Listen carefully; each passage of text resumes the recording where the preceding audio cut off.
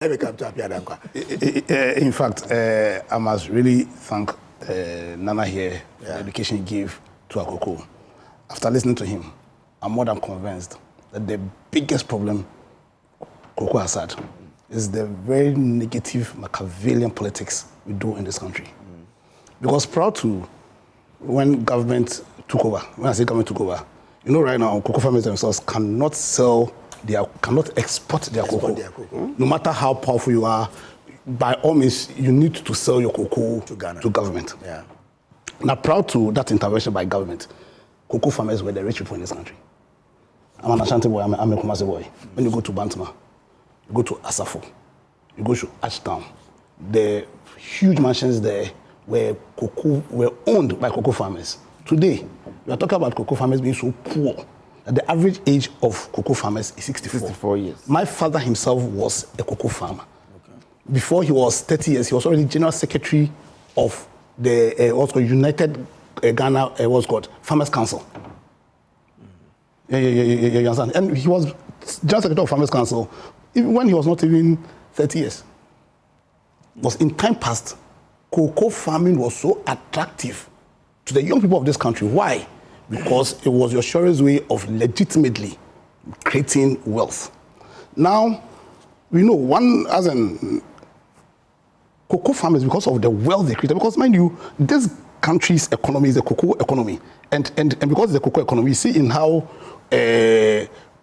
cocoa board, because cocoa board is under Ministry of Finance. My brother was talking about issue having, but it's because cocoa itself is, for a very long time, was the economy of Ghana. It was finance that was practically what's called handling it. You understand? Now, government always have an issue with people becoming wealthy when they're able to create wealth without the government itself or the politician, not say government, the politician itself having a hand in it. You see, the policy we do here is all about how to get power and sustain ourselves in power. So that if there's any way, there's any sector within Ghana that can create wealth, their first inclination is not to think about how this wealthy man can impact the country.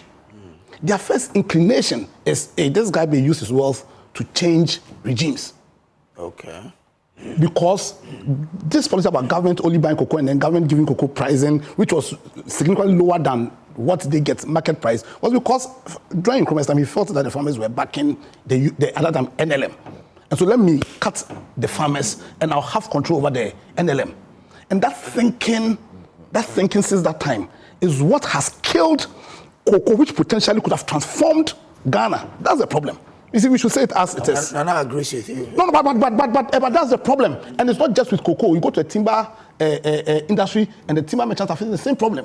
Because for whatever reason, our politics here is very Machiavellian. You see, we ought to understand politics. You can see politics in the eyes of Aristotle. And Aristotle says that the end of politics ought to create virtuous men. That should be the end of politics. So what it means is that anything you do about politics, if you say you're a politician, because politics, what is politics? Politics essentially is a decision as to how you dissipate your resources. That's politics. We know that when you define economy, we know the role government plays in the economy is in the fiscal policy and monetary policy. What's fiscal policy? How do I raise money? How do I spend? You understand? So if really you are doing politics and your focus of politics is to create virtuous men, then how you use the power of fiscal policy will be used in such a way that the end will be to create virtuous men. And so if you are creating virtuous men, then why do you put in place policies whose focus is to impoverish everybody, so it will perpetuate you in control? That's the politics we do here.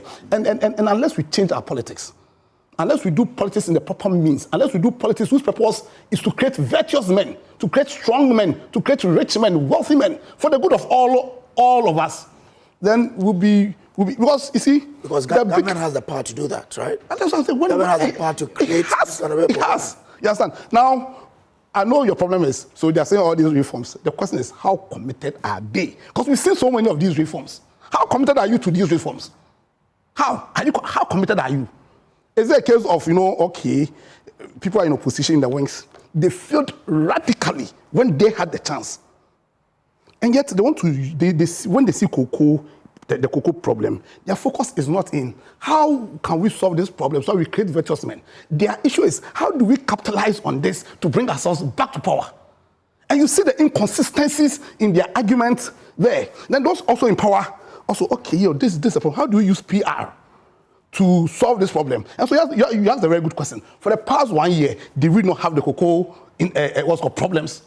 What was government's position? With these reforms, is it now that these reforms are coming up? So did they not know that they have to make these reforms? Because you see the reforms, one, they are talking about using bonds to substitute. So did they not know? Meanwhile, in our great transformational plan, all these ideas were there. In our GTP, all these ideas were there. And we handed over the GTP to our brothers in the NDC when they came to power. It's not that they are knowing that or they're appreciating that they need to tackle that issue. They are talking about pricing, that they are going to right now guarantee 70% of the world price to the cocoa farmers. When did they know that they had to do that? When at the end of the day, government has deliberately impoverished the cocoa farmers to what end? Because when my brother was speaking, when my senior Accra was speaking, this same cocoa was used to build what's called a Takrade port. This same cocoa money was used to build a Tema port, Achimota school, Kolebu. It was the same cocoa. And all these things happened within a space of less than a generation. Now it tells you the potential of cocoa. Now these cocoa farmers, when they make money, you see, and you see, every businessman who has wealth, his first concentration is how can I expand my business so that I'll make more money? What does that mean? That you have to employ more people. Yes. That you have to perfect your systems. That you have to invest in technology. That you have to invest in research and development. That's the only way you can expand. You understand? And because you are maximizing money there will be enough motivation for you to grow, and that's how nations grow. No nation has grown on the back of government, this nonsense government control we call politics in this country. So unless Ghanaians force our politicians to do politics in the right way, politics whose focus is in creating virtuous men, then we are just wasting our time. But isn't we are just wasting our time. Isn't it a good step when they say would issue cocoa bonds? You would be interested in going to buy cocoa bonds. You see, my issue, what I'm saying is that my issue is not in the reforms. My issue is how committed, because we were here during the last regime, when governments, when we were doing do something, government spent money to create what we call the Energy Sector Recovery Program.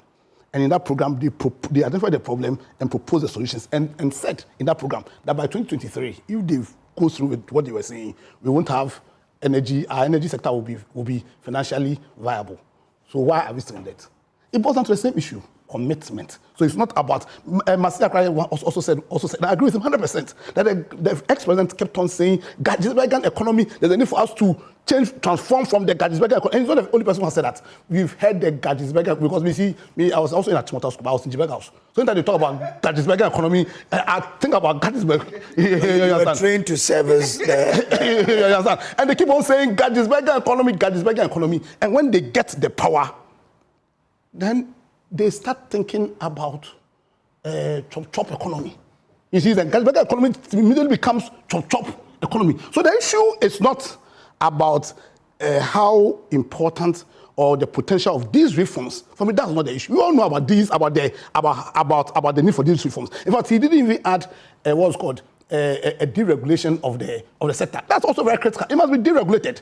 The cocoa farmers should be free to also go out there and make their own deals and then sell to what's called rich exporter, because rather this regime kills competition. So you don't have a choice. You need to sell to government. And that's how they're able to manipulate them. They didn't even add deregulation. But now what I'm saying is that I do not have an issue with the reforms.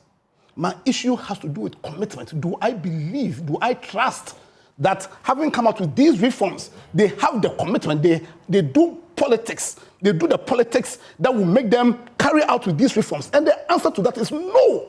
Well, I'm telling you that in this issue, for the opposition, their issue is how do we capitalize on this cocoa? Because my brother here last week, I was here with him, we were all here, and said they have one or two choices. And one of what he proposed was that they should reduce the price. He said that, not so. That's an option they can take. Yeah, because, and then and today he said that what? So should they go and borrow more and, you understand? So he again described that as you understand? the worst option for them. That would be under the previous regime, they destroyed, because cocoa, every government destroys it first. But the last regime even put the nail in the coffin. And yet they are holding press conferences. You understand? Holding press conferences. How do you blame them for that they put the nail in the wall? How do you do it? So this syndication, one knew that the syndication wasn't good to do. Yet there was always a clamor by finance houses to partake in the cocoa syndication. Why? Because not only were we producing good cocoa, we're producing premium cocoa. You see, you should not. So we have cocoa and we have cocoa. Ghana here, we're producing premium cocoa. So Ghana's cocoa was premium. You understand? Has it stopped being premium? With all this galamsey nonsense, that they fail to. You understand? With all this galamsey nonsense, that under their watch they exacerbated. You understand? With a fundamental failure in terms of how was this Machiavellian. I always say in Ghana we do Machiavellian politics, but Nanado's regime took it to a different level. They took it to a different level. You understand? Under their watch, suddenly nobody wanted to do syndication. Why? Because when the international finance houses are saying that we don't want to syndicate, they are telling us we have lost confidence. You ask the question that with the state of the economy, will even Ghanaians buy bonds? Because bonds is also debt. You will be interested to buy the bonds. About your accent. So that you yourself, looking per your opinion, looking at how things are going. No. You do, no. I'm saying that you will be interested to buy the bonds. But the fact that when they floated, I will be interested to buy some. But you have to whether or not. But the fact that you have even accent and the context in which the discussion was going, you were in a way indirectly suggesting that the state of the cocoa industry economy here is so bad that will people be interested in investing, in buying bonds in that sector? And it is very surprising to think that just about 3 or 4 years ago, people were people wanted, everybody wanted to partake in that sector through the syndicated loan. And so what has happened? And so for me, you see, let's get this clear, let's be straight. We, as a country, where we are going, for me, the future looks very scary for me. It looks very, very scary for me. If there's a time for us as a people, because we are the sovereign, for us to sit down and have a deep think about the kind of politics we do here. I'm saying the kind of politics we do here is not one that sees in the eyes of Aristotle. But Aristotle said that politics is the master science. It's the master science that uses all the other sciences to create a strong state and to create a situation where the well-being of the individuals. And in his book, Politics, he said that the ultimate aim of politics is to create virtuous men. Virtuous men, we all don't have to. I'm going into the philosophy of who a virtuous man is. And strangely, in this country, we've moved from a position where cocoa was one of the major sources of creating virtuous men in all its forms and shapes. Rich men, wealthy men. We've managed to use politics to reduce cocoa farmers to a state where they are the poor people in society, to extend that the average age of a cocoa farmer now is 64 years. And you ask rightly, so then what is the future of that sector? And we know that Ghana essentially is a cocoa economy. Ghana is a cocoa economy. So that if cocoa farmers do not have a future, then the Ghanaian economy does not have a future. And I'm saying the problem is not, you see, we all just scratch the surface all the time. I'm saying the deep problem, the reason why the cocoa sector has been destroyed, the reason why we reduced cocoa, which was the source, the backbone of the virtuous men that this country in some time past was creating, has reduced these virtuous men to a time when they are the poor in society. You understand? Then we need to look at the source of the problem. I'm saying the source of the problem is the kind of politics we do here. And we, the people of Ghana, have the power, I believe. So we have the power to change how politics is done. We need to force people who claim they want to do politics from doing politics that is very parochial. You understand? To people who now will do politics for why you ought to do politics, which is to create virtuous men. And until we solve that problem, we'll be coming here every morning, we'll be talking, we'll be speaking, but nothing will happen. Nothing will happen because fundamentally, there's no commitment by the people who do politics to create virtuous men. Okay.